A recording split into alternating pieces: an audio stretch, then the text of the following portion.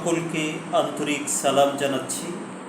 আজকে আমরা একটি গুরুত্বপূর্ণ বিষয় নিয়ে কথা বলব, তা হলো জান্নাতে আমরা কি শুনব এবং কি শুনব না। আসুন কোরআন থেকে জেনে নিই। সূরা মারিয়ামে আল্লাহ তাআলা বলেছেন, লা ইয়াসমাউনা ফিহা লাগওয়া ওয়ালা ইল্লা সালামা, লা ইয়াসমাউনা ফিহা লাগওয়া ইল্লা সালামা। সেখানে তারা কোনো অসার কথা, অনর্থক কথা শুনবে না, ইল্লা সালামা, সালাম ব্যতীত।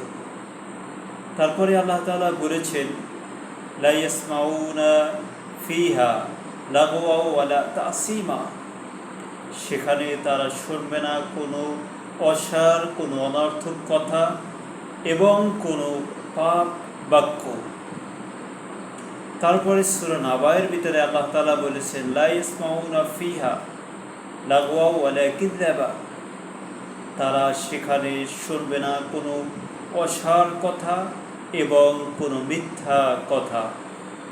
আমরা এখানে লাগওয়া শব্দটি 4 বার পেয়েছি। আরেকটি রয়েছে সূরা গাশিয়ার ভিতরে, আর রয়েছে সালামা, মানে শান্তি শুনবে নাকি লাগওয়াও অসার বাক্য, শুনবে নাকি তাসিমা মিথ্যা বাক্য, শুনবে নাকি তারা শুনবে না কিযাবা মিথ্যা বাক্য, তারপরে তারা শুনবে নাকি কোনো অসার বাক্য শুনবে না।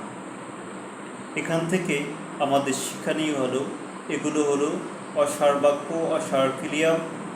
এগুলো দুনিয়া থেকে পরিত্যাগ করতে হবে। দুনিয়াতেই নিরাপত্তার কথা, সালামের কথা, শান্তির কথা আমাদেরকে বলতে হবে। আল্লাহ তাআলা আমাদেরকে সঠিক বুঝ দান করুন।